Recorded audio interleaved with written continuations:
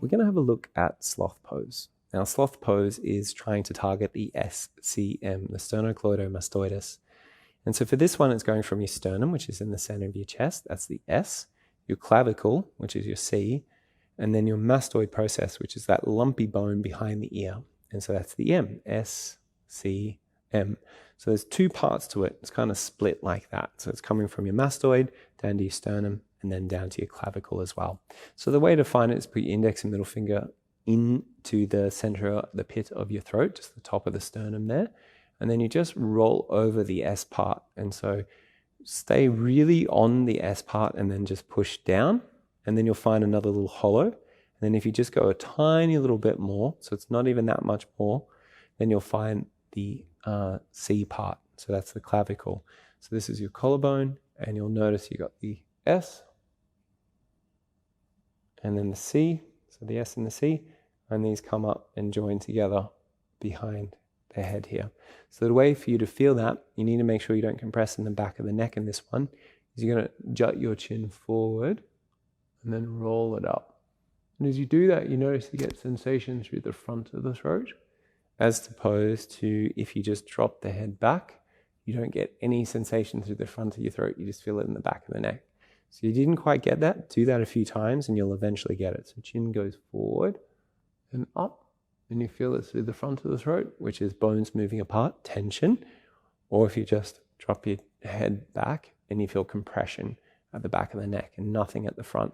So you need to make sure you extend your cervical spine correctly first.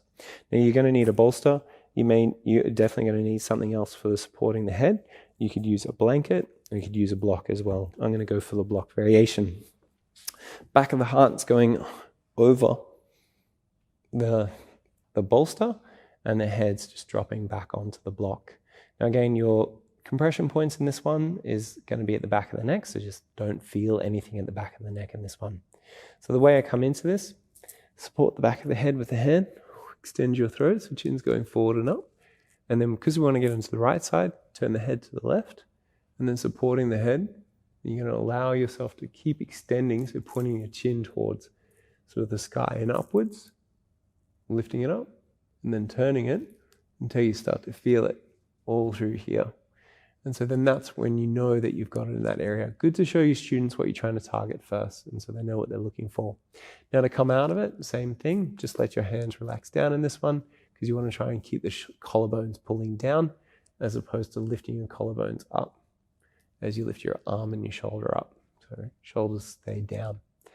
Now to come out of this, hands at the back of the head, chin to the chest, and then just bending those knees and just shuffle yourself down.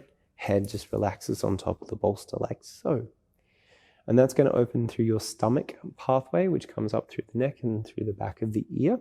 You could use it for a few other ones as well. You could use it for a large intestine, also a good option. And you could also use it for your small intestine as well. But I would definitely use this more for your stomach because it just fits with that sequence more, and particularly with the fascial pathway, which is the front line of this of the body, the myofascial pathway. And that's going to be your sloth pose.